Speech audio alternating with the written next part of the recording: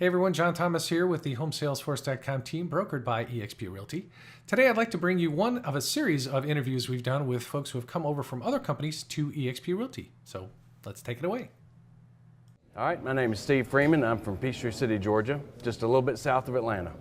And I'm looking forward to this conversation because you bring a unique perspective to this conversation. I mean, we've had these fireside chats, about, coming over to eXp, and everyone sees the opportunity differently. We've come from different, experiences that we've had in real estate, and you've been doing real estate as long as any of us. So, what did you see, and what was, what's your background? Where did you came from the KW system, which I was there. Right. I actually started in '93 with Remax, and I bought the Keller Williams franchise in 2000. Okay.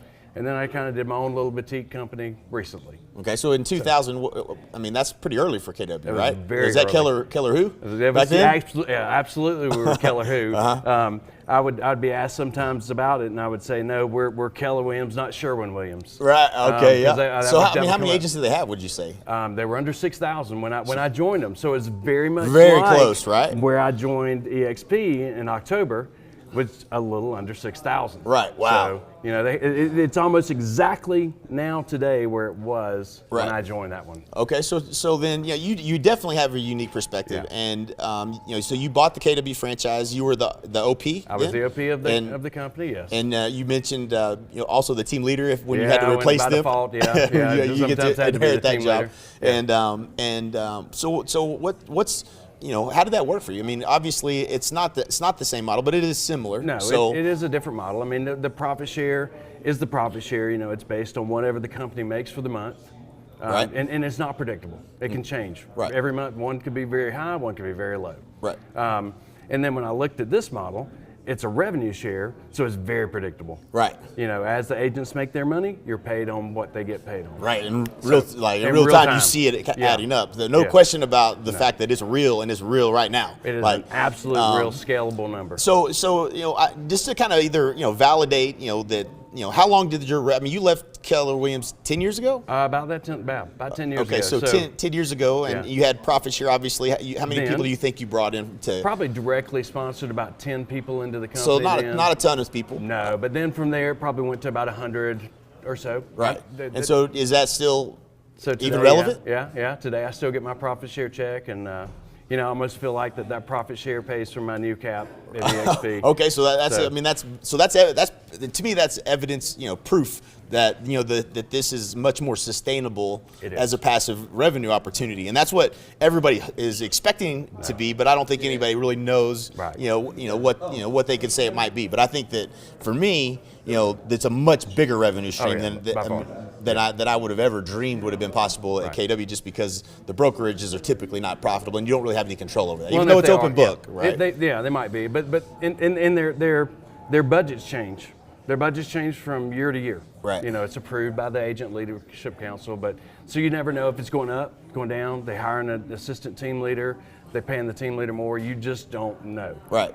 But to me, this is evidence why Keller Williams has been successful. It is successful. 160-some thousand agents. I just have no reason to believe that there's any disadvantage that EXP has. If anything, they have an advantage because they have such a superior business model that that it could accomplish similar goals. And obviously, I'm sure when you saw it, what was your thought? What did you? So I sold in 2005, and I'll tell you that this is the first time that I've seen something that made the hair on the back of my neck stand up. Right. Because it was the first time I've seen a model that could even remotely compete with that. Right. In the day, Remax was the king of the hill. Right. Then Keller Williams shows up. Right. And now this one that shows up is a new model that will, I think it's the next one. Right.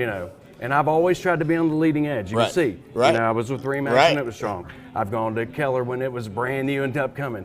Now this one's upcoming. You can see, if you really look at it, you can see the momentum coming. Yeah, you can feel it. And you better get in front of the wave. Oh man. Because and I've said this to my friend Al, if that wave gets in front of you, it's hard to catch it. Right. So you want to be in front of that wave if you can. And again, there's at the time that we're shooting this, 7,000 agents maybe. So the thing that fascinates me, and there's a book called Exponential Organizations, and anybody wants to read it, it's really good.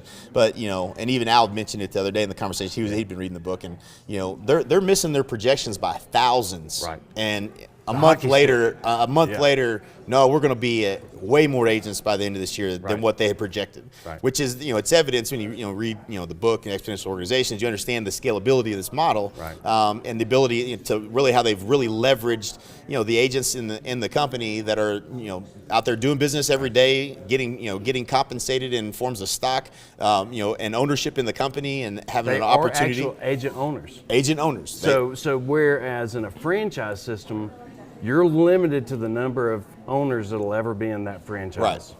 But with this one, everyone in that office or in that company has the ability to be an owner. Right. And that's just, I can just tell you that, we've talked about that, and maybe even people put it into their model. Yeah. But you don't, when it's publicly traded and you have the ability to go and sell that stock, yes. As long as you're vested and depending on how you acquired that stock, that's real. And people get, if you met anybody that that joined eXp, you probably met somebody that's pretty excited. Yep. And pretty excited about the opportunity. That's because it's real. You know what I'm saying? Like, not because they're crazy. It's because they get it. True exit strategy. Right. I mean, everybody we've talked to. I'm 48. I've been doing this for 25 years. For 24 years. I don't want to keep doing it for at this pace for 25. Right. This gives me the avenue not to do that. Right. What it also does is it makes me in partnership with the other agents that I recruit in on a higher level than I was before. Right. Because every single time I help them, right. then I also revenue share. Right. Again, not profit share. Off the top. It doesn't matter where they are. Right. They can be in Florida, they can be in Ohio, they can be in California. Doesn't matter. Right. So it benefits me and it benefits everybody in my group. Right. Our group. That alignment, right? Yes. To help them. We all have a vested interest in every single person that comes in, and that's what's really cool about what we've done is now we have this cool little inner circle inside eXp. Right. That is also promoting and trying to build our agents and trying to make them more productive and help them with their recruiting. Right. So that they don't have to be an island. Right. And they don't have to be an expert recruiter. Right. They've got you, they've got me, they've got Al, they've got the avenues that they need. Right. To just get their people to the right people. No question about that. But making that system duplicatable so that they can leverage our experience and expertise, and there's a lot of people that have been very successful already at eXp, prior at Keller Williams, that are in other companies as well. Right. I mean, this is it's a huge opportunity to join the dream team, and it is, and having a blast working with you, man. It's awesome, man. You bring a lot of energy to the table, man, and you're out there killing it. So I love you, man. Yes. And anything else you would say as far as leave it with? Don't be afraid of the opportunity that's there. You can look at it, the holes are not going to be there. You're going to find the solution that you need here. Right. And it's there. Right. You got to be open-minded enough to actually see it. Right. And don't be, and this is the last thing I'll say. You're too smart to say no to something you don't know what you're saying no to. Right. Yeah. That's the key. Right. If you've seen it, and now you're just trying to understand how to structure your deal, or you haven't seen it, and you haven't invested the hour you need to in really watching the webinar and making sure that you understand the business model. And once you see it, you can't unsee it. That's what we've been saying since the get-go. So. And I'm excited about this. Me too, man. I'm excited about our group. I'm excited about the company. I haven't had more fun in 20 years, man. My phone's been ringing off the hook. from people I haven't talked to in 10, 15 years. They're like, hey, I saw you moved. Tell me about it. Right. So, that's awesome, man. Well, hey, that's it. That's all we got. Sir. So thanks for sharing. I really appreciate you spending your time and sharing that so other people can kind of come to their own conclusion what they need to do.